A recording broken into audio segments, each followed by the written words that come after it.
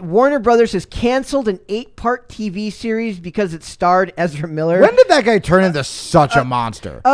He didn't turn into it. He just always was. He always was. Okay. My guess is that he was kind of... Trauma? Maybe trauma made him that way? They'd have to know the inside joke. Sorry. I'll play that clip someday. It was still funny. One day we'll explain our inside joke. I'll be honest. It was still dark enough that I laughed. There's an inside joke where basically there's a channel that I like called Clownfish TV read this article about the guy who made Terminator Dark Fate, which bombed at the theaters, and he talks about how he's still processing. He's processing the trauma of the movie bombing. And the hosts were like drinking that night while doing the show, and she just laughs at the way he said at the concept of trauma over a movie getting being the reason that you've been traumatized. I wish my $1 million movie that I got to make with a bunch of hot people. I wish that was my trauma and not an alcoholic family member. I know, right?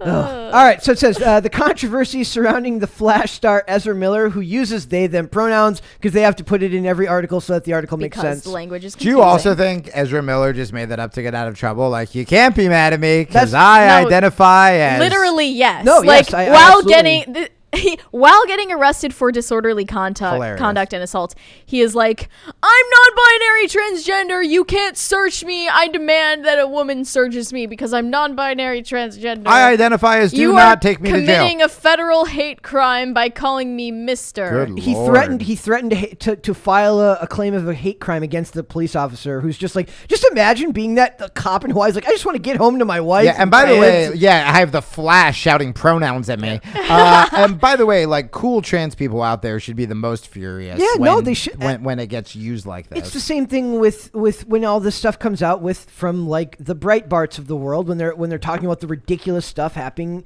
at the Pride Parade. The people who are just living their lives are the ones who end up getting screwed because they're just trying to live their life, go to work, be married, whatever's going on, and then they get lumped in with these people who are clearly doing stuff that has this. That's exactly what happened with anyway, I don't want to get political. So it says and many fans have made it clear that they have little to no interest in seeing the actor continue to play the fastest man alive.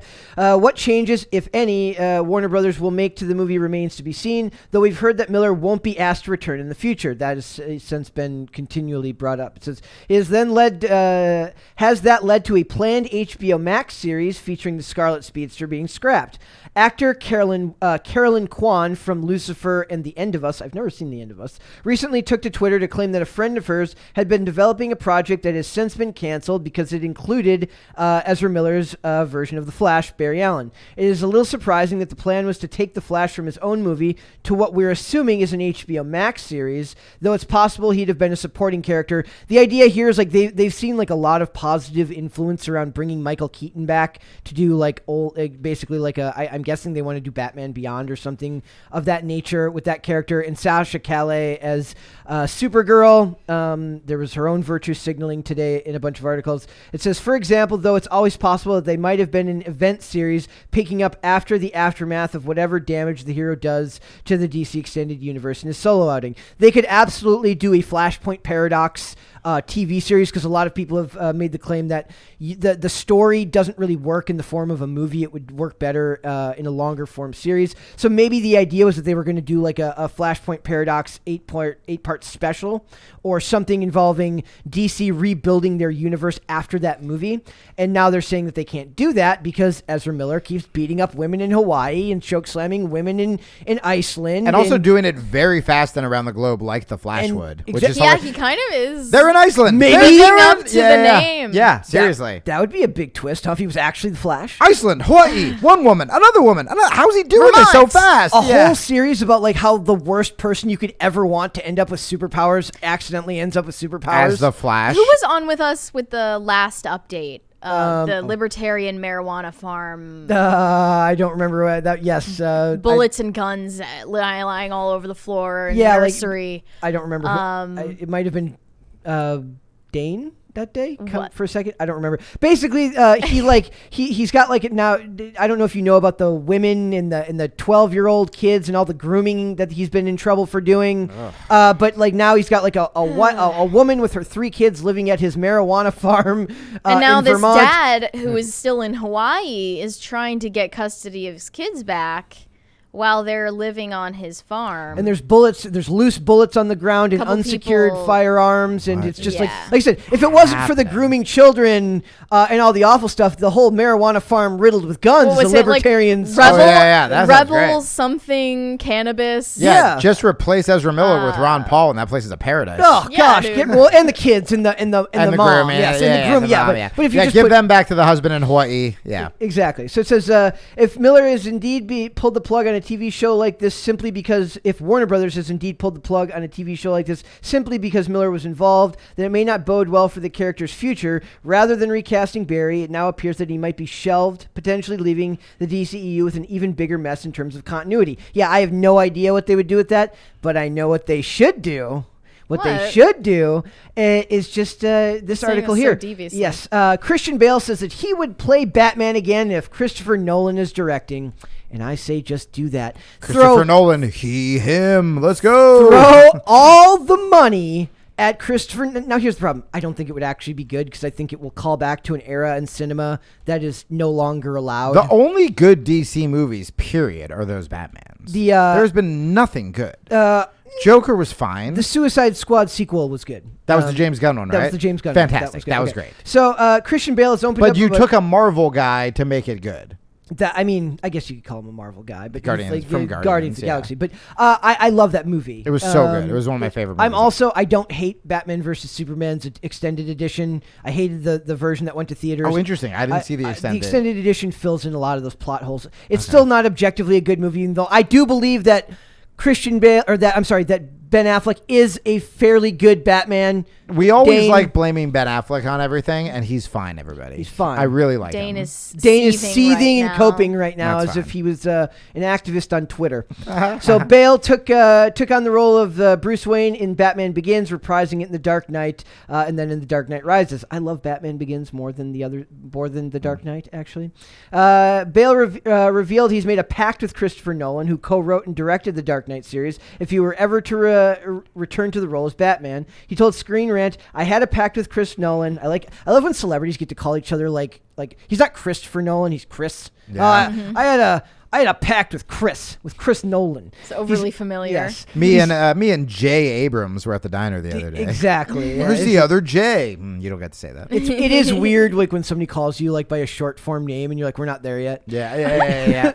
He said, "Hey, look, let's make 3 films if we're lucky enough to get to do that, and then let's walk away. Let's not linger too long." In my mind, if you would do something, if Chris Nolan ever said to himself, "You know what? I've got another story to tell," and he wished to tell that story, he's like, I'd be in. So I don't think that would ever happen because I don't think Christopher Nolan ever wanted to make those movies to begin with. Really? I think he did it because he knew it would get him carte blanche with Warner Brothers to make the movies he wanted to make. If you really think about it, how did they just end up good on accident? Because he's a good filmmaker. But I don't think he was really ever all that interested in the concept of superheroes. Yeah, it's like Batman's dope. He's good. It's not even a superhero movie. Objectively, it's a crime thriller. There's no superhero. I mean, Batman isn't. There's Batman no superpowered characters. Batman was never like really a superhero to begin with. He was an unhinged rich guy. But the idea here is that would he come back to do another one? But the problem is, just think if they make another one, there's going to be quotas, and it's going to have to meet this checkbox. Unless Christopher Nolan goes all Northman. He's got.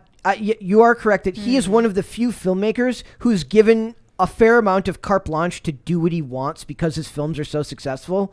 He gets to cast who he wants most of the time. Most of his movies have the same Michael Caine, this Cillian is what Murphy. We've been talking about. This is why the torch just simply cannot be passed down for actors or filmmakers. Because in order to make anything that you want to make, you have to be mega rich, mega powerful based on a track record that you can't build anymore because real art is not allowed anymore. He was allowed to build that in the early 2000s with Memento, with everything. Yeah, exactly. So I don't think it would happen now, but I would love to see what he would do with Batman.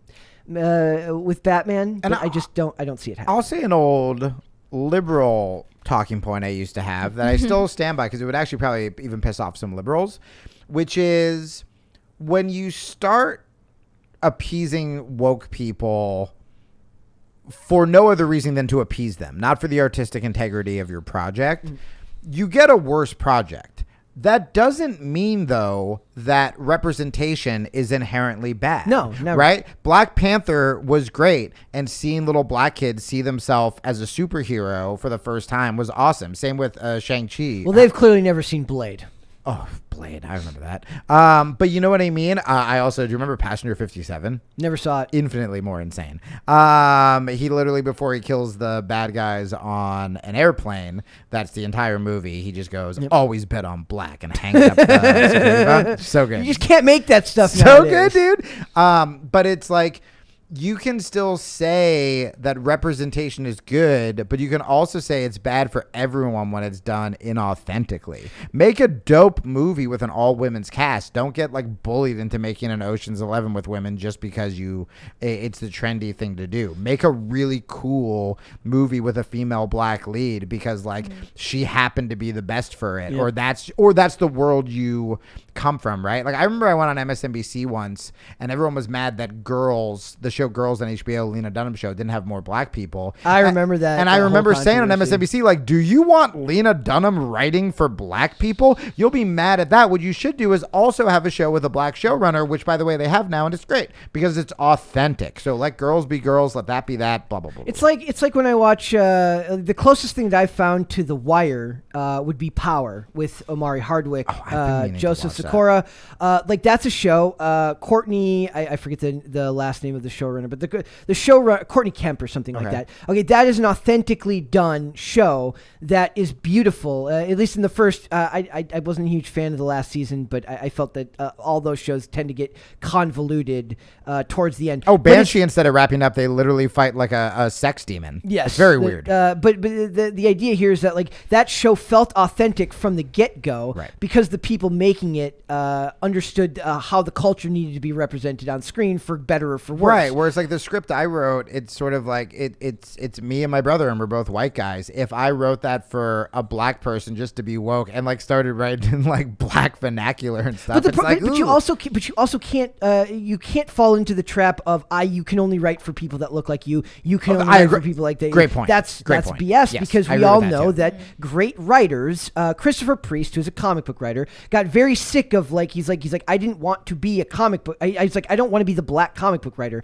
I just want to be the comic book writer. Yeah, they would only there was a point in time where they started like we'll give you Black Panther, we'll give you these, like they wouldn't give. He's like I want to write Daredevil, I want to write the Punisher, right, I don't want to write these like should we make Daredevil black? Like, no. Tempted to believe we're past the point of no return with like this conversation about representation, because what we were talking about earlier with the Robert Eggers comments is that any story that's authentically representing human emotion and motivations, it represents all people in some way. There is a tinge of truth in every human culture because culture literally is just life sprung up and propagating itself. Like I'm getting a little bit like meta right now or deep, but esoteric. It's like what I mean is that you don't need to represent the surface level. You can represent a story that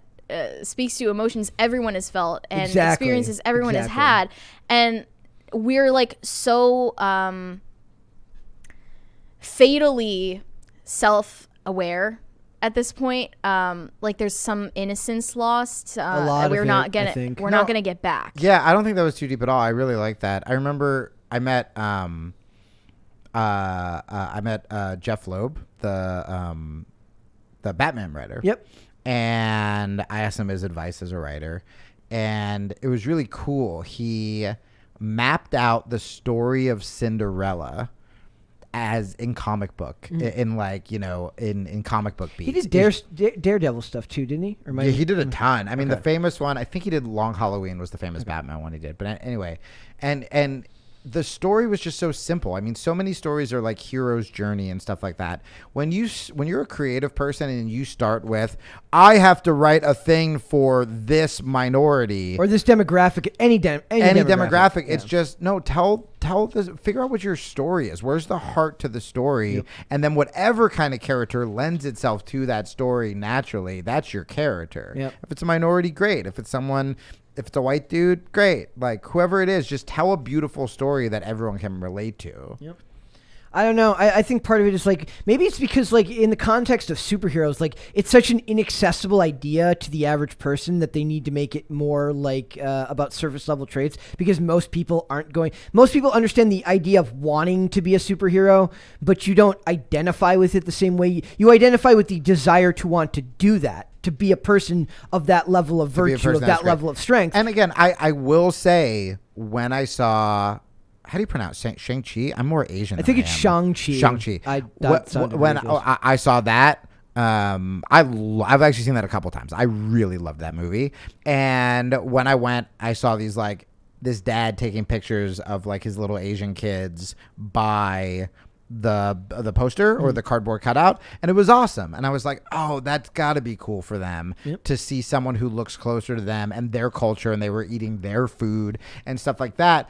But again, that doesn't mean now every superhero has to be Asian, or every superhero. It's like, yeah, you can make it for all people but that was that was an authentic movie. But Black the story Panther needs story needs to come first. 100%. Thanks for watching this clip, guys. If you want to see full episodes or follow us on social media, links are in the description below. Bye.